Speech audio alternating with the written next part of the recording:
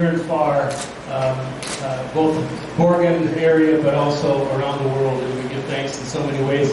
We're going to have a chance for people to share different points and to memories, stories, different things that will unfold as you're thinking about it.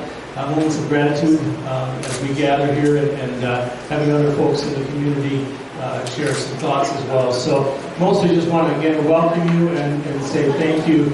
I'm going to start out and actually do a song that hopefully will help jog your memories of gratitude.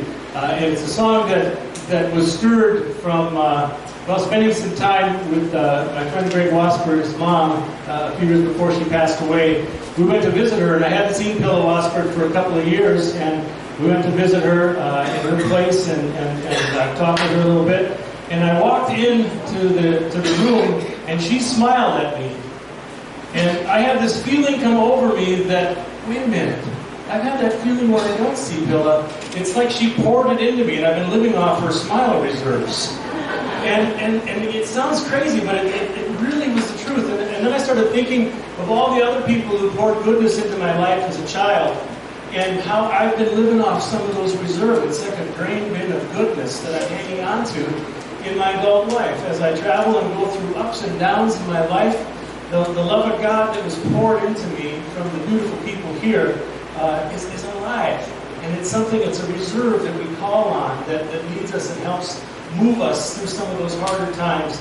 Anyway, I started thinking then not only about Pilla Wasper, but all these other people who poured goodness into my life. And I wanted to remember them, even just for myself, to think of the things that they did that made me feel and know what the love of God looks like and feels like. And so this song is called Good Things You Did. And I will say there's a couple of lines in here that you might be the person I'm singing about. So I will tell you there's a first line about somebody taking me fishing out on the lake. That was Clinton and Harlow Anderson. They took me out in the boat, not just shore fishing. We went out in the boat. And I remember that as a kid, that was a big deal. It seems like a silly thing. And that was a big deal for me. And then the other thing I remember is my crazy sister Mary is here. And Mary, are you here? She won't want to admit it now. No, she says no. So long before our parents would allow, Mary had other ideas on how to raise us, the younger children. And so there was a time we were supposed to go out and get some sweet corn. And the field road just between our house and Anderson's that goes to the west. That's where the sweet corn patch was out there, a couple hundred yards out there at that little corner intersection out in the field road. And I was probably 9 or 10 years old, and we got off the main road to the field road, and Mary says, "You're driving." I had never driven before. And so I think we had the little Dodge 440 or something, and I got in there, and she said, "Okay, you let the clutch, put it in gear, let the clutch out, and here we go." And so we're going, and we got to the sweet corn patch, and she says, "Okay, we're here." And I locked up the brakes and just about put her through the windshield. She never told me how to stop the car. She just thought I would intuitively know. Anyway, so you'll hear a couple of lines like that in the song. But mostly, I want you to hear the song, all true memories for me of people and places near and far that have shaped my journey. But I want you to think about the people that have shaped your journey to show you what God's love looks like. It calls Good Things You Did. You took me fishing out on the lake. I can still taste the sweet things that you would make. Took me to the big city, to a baseball game. You showed me a smile, you spoke my name. You went and bought me my first guitar. You put your life on the line when you let me drive the car. You gave me hope and courage to face my fears. You brought joy and wonder to my younger years. Now I'm still living off the kindness you showed me. Good things you did when I was a kid. I'm still living off the love that you gave me and the way you lived. I was a kid.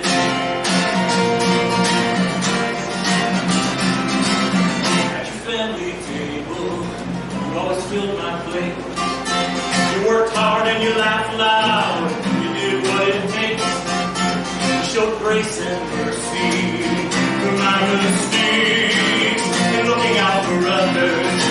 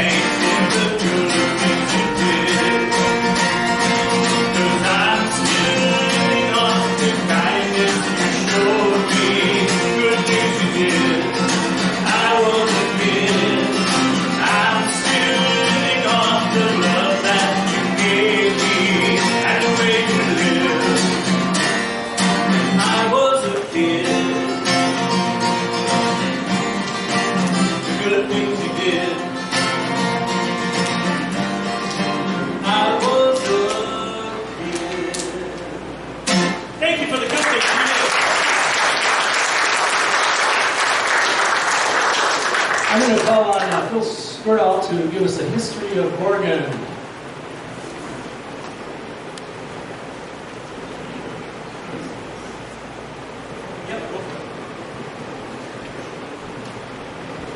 When you talk about people who shaped your life, your mother was going to shape mine.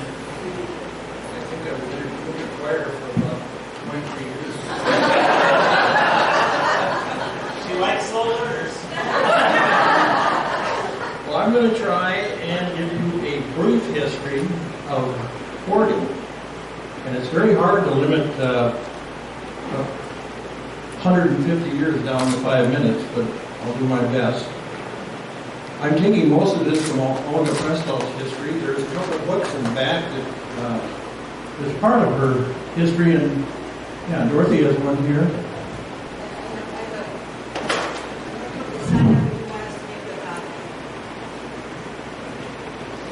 Okay, so when we think of the beginning of this church, 150 years ago, 1872, this was a much different looking place.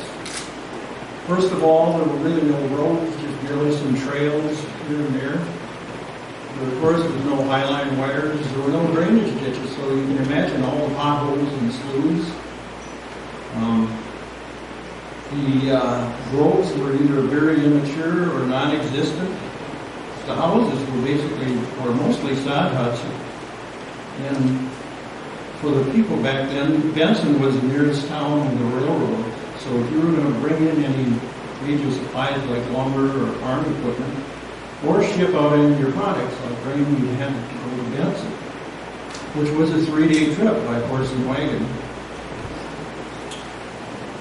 And the people were basically young.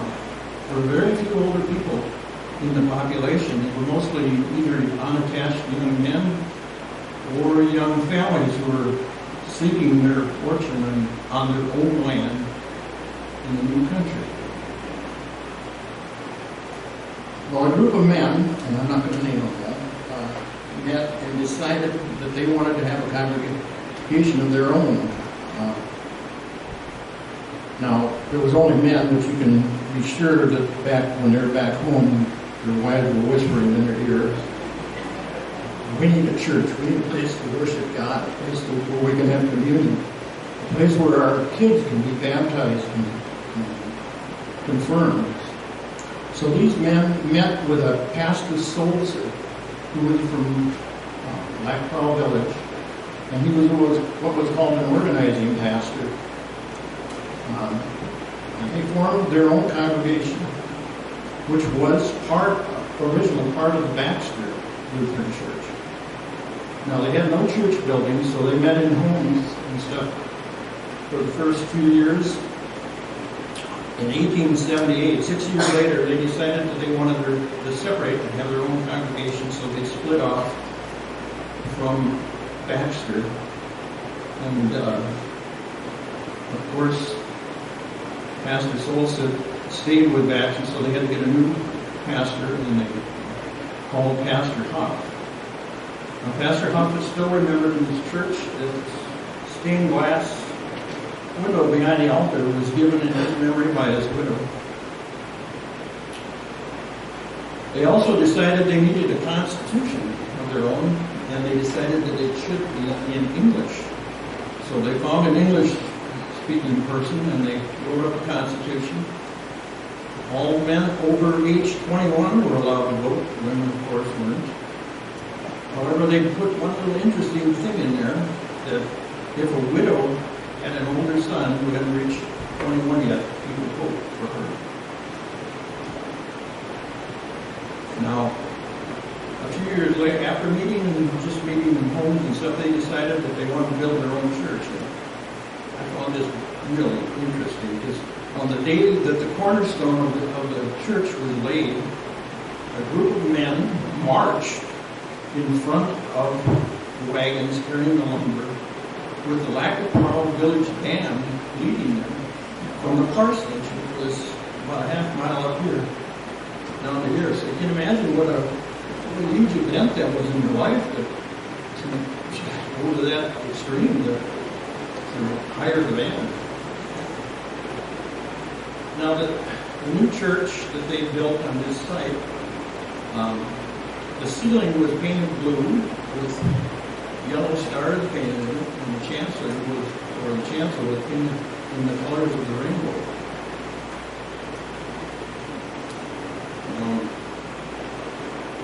They decided they needed a bell, so they had Pastor Top purchase a bell for him. That bell was installed, and unfortunately, in the year 1937, the steeple blew off, the bell fell to the ground and cracked. Now they took the bell to St. Cloud where it was welded, and after it was fixed, they brought it back and installed it, and the people said it never changed the tone of the bell. And today that bell sits up here and still called this to worship every day. Another interesting thing about the early church was that women, and some of you can still probably remember this, the women sat on one side of the church, and the women and kids, and the men and the older boys sat on the other.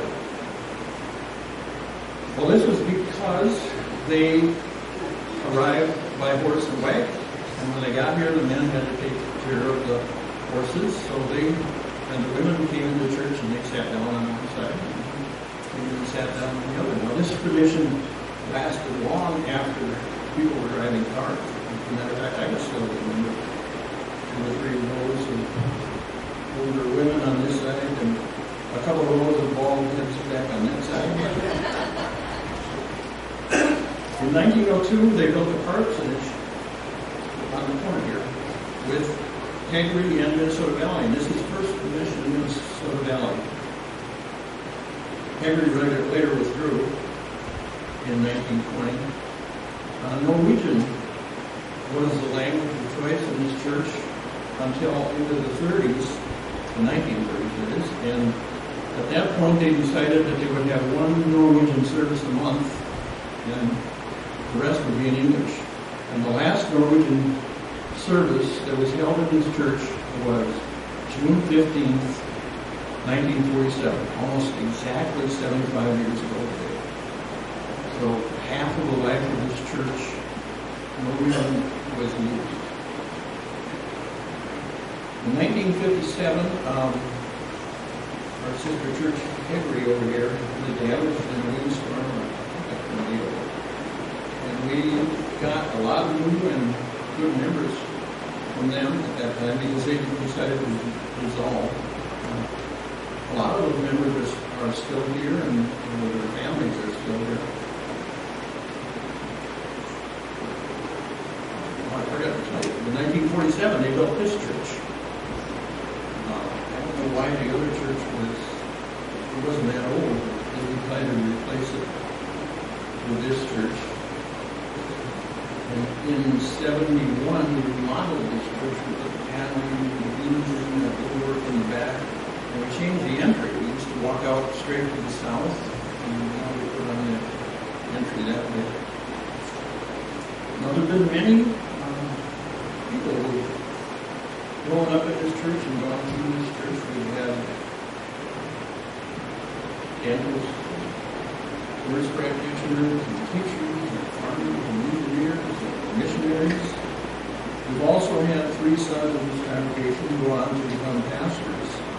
And they would be Ernest Huff, who was the son of the pioneer pastor, Clayton Skirdall, who was the son of Peter and William Skirdall, and Kelly Wasford, son of Philip and David Wasford.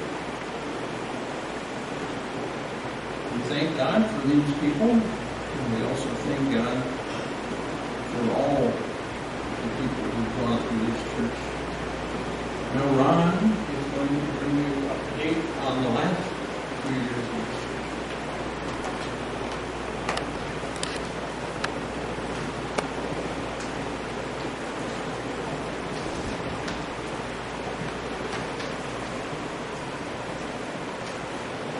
Mine's going to be shorter. That's right. And I like to think, at least I got caught present in the future that I'm a lot younger. Maybe one of the younger ones in church. Actually, my wife volunteered to do this. One thing, Borgund now is part of, as an agreement with Zion Lutheran Church in Appleton, and Minnesota Valley, and us, we have a working agreement. And we are in the call process for a permanent pastor. And to be attached to the MSP of Zion Lutheran Church, I was supposed to write something that explained who Borgund is today. So that's basically what I'm going to read to you. You guys can take what you want from it. But this is what I wrote so that a pastor that has never been here would kind of have a feeling for what we are. The building, the people, the congregation, that kind of thing. So I wrote that we are a small church that is celebrating 150 years of worship this year. And that it is hard to sum up where we are, but I will try to give you a feeling of where we are at. We have a joint parish with Minnesota Valley and have been for a long time. It has worked out great and I hope to continue in a new tri-church arrangement with Zion of Appleton and Minnesota Valley. We as being Borgund are completely committed to this arrangement. There are many advantages to this agreement. For us, it gives us opportunities into the future due to a bigger community of believers to worship with and to join together. I feel some of our strengths that Borgund brings to this ministry is a strong and committed, admittedly small group of people. In this group, there are many people who work in lay ministry and will volunteer to lead where needed.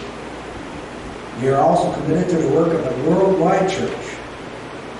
We look outside the walls of our building for opportunities to work in the world.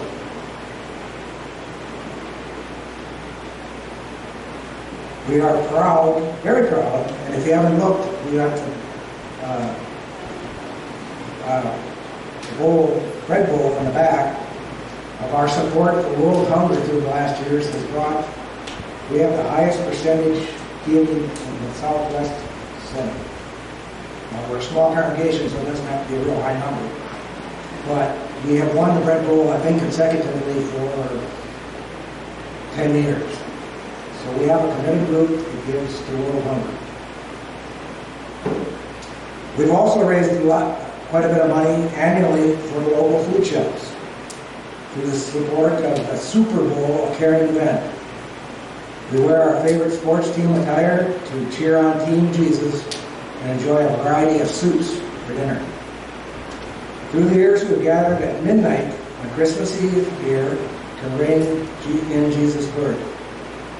So if you're in the area, you can come and join us, and we ring that bell that has been part of this church for a long time. Everybody takes a turn, and so we can have 20, 25 people. It takes a little while. And then we sing happy birthday to Jesus. So it's coming up as we go forward. I know there's a lot of fear of the future. But as long as we are committed to be a part of God's good news, spreading God's good news, I think we have nothing to fear. We might not end up being exactly the same as we are today. But I think as long as we're doing God's work, we will be somewhere doing something. So I feel the future of Borgund, maybe 150 years is just our infancy. Maybe 500 years from now, somebody will stand up here and say what we did. So I invite everybody to be a part of the future. Whatever that is. Maybe be open to some new ideas. The call committee is actively pursuing a pastor. I can't promise what that's going to look like. We might have to be open for some new ideas of what worship is and how we do it. But pray for us. Pray for the church as we pray for all past people who walk through here. That God will lead us to where we need to be. Thank you.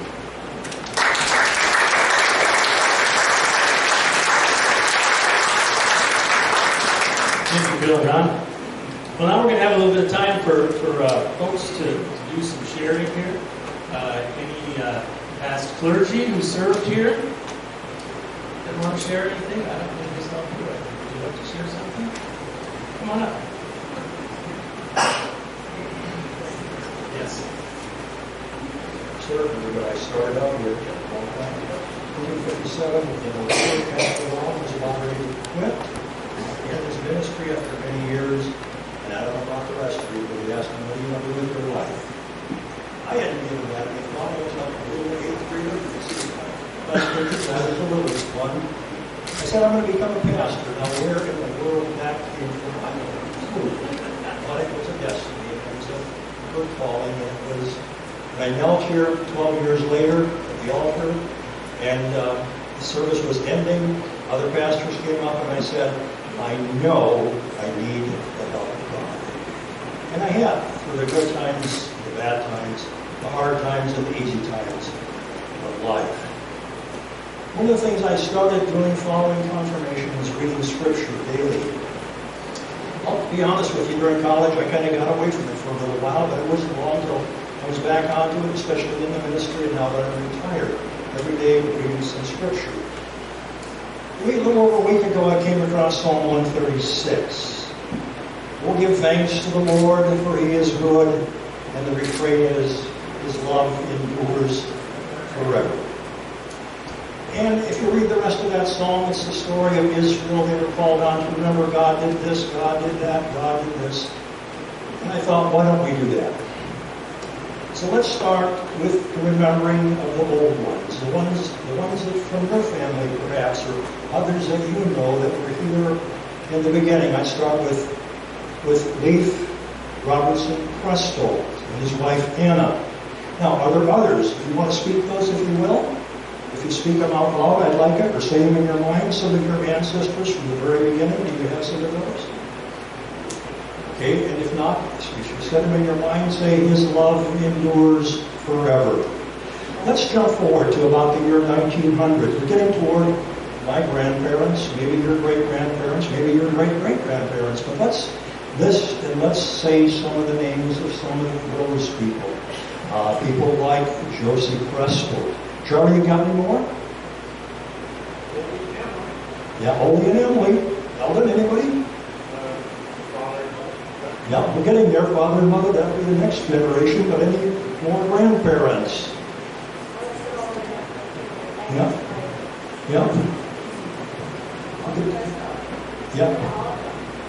Okay, let's conclude that. His love endures forever. God's love carried them, and they gave us our faith. Let's say, His love endures forever.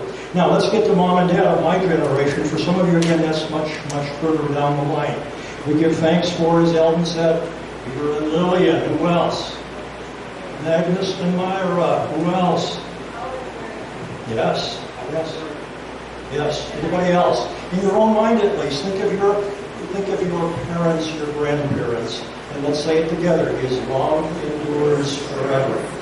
Let's go then to our generation, Ruth, to you and to me and to Eldon and folks like that, and Charlie and so forth.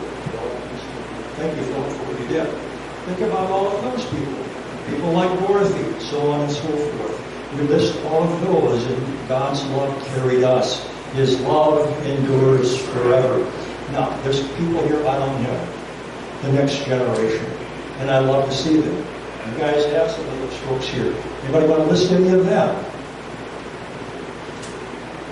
In your own mind, think of your children, your grandchildren. Let's say it again. God's love endures forever. God's love always carries us. I learned, I needed God, I still do. And so do we all. Our ancestors knew that, and so this church was born. All right. Before this process for 7 years, it was given to me by Borgund in 1969. I'll give thanks for it.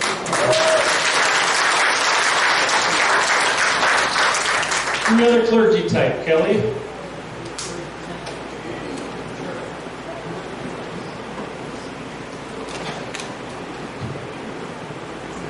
Be careful about open mic and clergy 72 degrees, so got to cut it short. So, yeah, I'm hot. So, well, thank you for being here. Lots of gratitude, a lot of great memories. Shar was one of my Sunday school teachers, among others, and she was encouraging me to read, probably memorize some scripture or a poem. And I brought a book and I read it, all out of the encyclopedia. Fishy, fishy in the brook, come and bite my little hook. It had nothing to do with Sunday school. So I apologize for that, but then I did get encouraged to actually read the Bible once in a while. Real quick, started here in 1992 with ordination. Went to Murdoch up by Wilmar, 5 years there. 7 years up at Ada by Fargo. Then Marshall. First Lutheran for 6 years. Then the Army got a hold of me for a year. Went overseas with them. Came back, living with the Lutheran Church in Marshall for 10 years. About a year and a half ago, started hospice in Avira. So I went from saving people to saving people who are almost out. So it's good. It's good work. So I cover all the hospice patients in some hospitals, some nursing home in Marshall. But I want to just read a verse for you before we kind of get too much further into the program. And I want to thank Jesus. And I got that hunger for Jesus here because a lot of folks have that hunger and they taught it. And it never goes away. He satisfies it, but then you get hungry again. And it comes from His Word. This is Hebrews chapter 1. Long ago, at many times and in many ways, God spoke to our fathers by the prophets. But in these last days, He has spoken to us by His Son, whom He appointed the heir of all things, through whom He also created the world. He is the radiance of the glory of God, the exact imprint of His nature, and He upholds the universe by the word of His power. It's awesome to be from here and to have served in a lot of places. And pastors will tell you pretty quickly they don't do that much work because the people do the work. 3 pastors in 150 years is a good testament to the church. Could have been more, but we didn't. I mean, it's like I say, it's great to be a pastor, but no church does anything unless the people show up, and that's who Jesus calls. And He's called me to a certain spot, and it was good to be part of that as pastor for a long time. I still get to do a little bit with the Army, so I've kind of enjoyed that for a few more years. But everything comes back to that hunger for Jesus. Who is Jesus? What is this book called the Bible? Why do we spend all this time and energy trying to figure out who He is? And I'm never disappointed. And I talk to Him every day. And I'm blessed. So thank you for those of you who are part of that. And you all have a call. So seek it out, answer the call, and serve. Amen? Amen. Remember, clergy type that want to do any sharing here? Right. Now we're just going to open it up for any congregational members who want to share a memory, a moment of gratitude. I will come on, Dorothy. I will tell you. I remember the 100th anniversary, and what I remember is we had some amazing meatballs that day. I mean, I was only 9, but that is honest to God. I'm like, oh, man, I hope I can have those again someday. And we didn't have them today, but. Oh, Jake, are you going to talk about Sunday school? Here you go. Okay, sorry.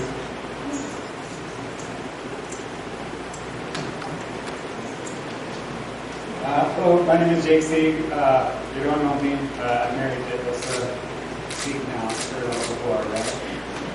And that's kind of how I have to introduce myself. My family's not from the area. We moved here when I was maybe 10. And after college, we moved back and started coming to Borgund regularly. And found out pretty quick that you're going to have to do something. You're going to have a job. They get on you real fast. And the other thing that we figured out is that doing Sunday school with the kids is way more fun than being president or treasurer or something like that. So we have been, we've had this assignment for I suppose most of like the last 15 years. It's really fun. And I know a lot of you went to this church, and you probably think about how the basement was full of kids during Sunday school, and you took a lot away from that, and that was probably a big part of your growing up.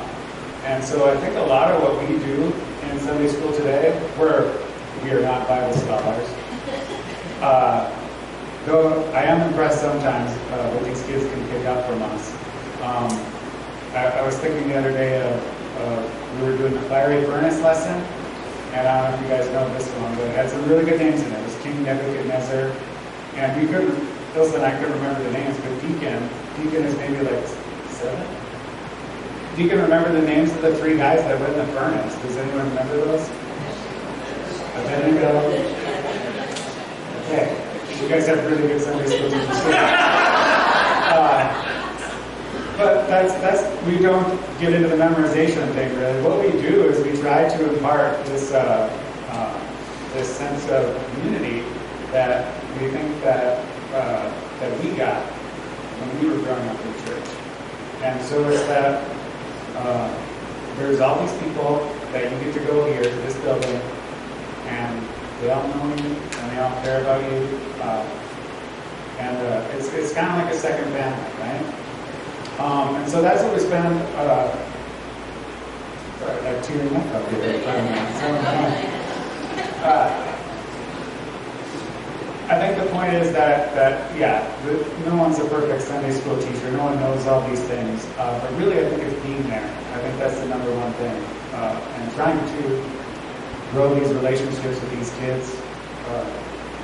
Boy, you feel like a celebrity when you're at Target or something and one of them runs up to you and gives you a hug, right? So that's what we get out of it. It's really fun. So I think that's really what I want to talk about, just kind of what I think Ilsa and I learned by going to, Ilsa went here, I went to Minnesota Valley, what we got from that, and just how we're trying to pass that on to the next group. Thank you.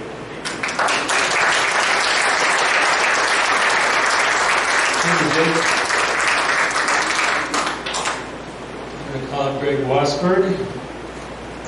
Kelly's his brother. I'm the brother that Greg never wanted, actually. I will share one memory. There was one summer that Greg and I were asked to pressure wash the church because it was going to get painted.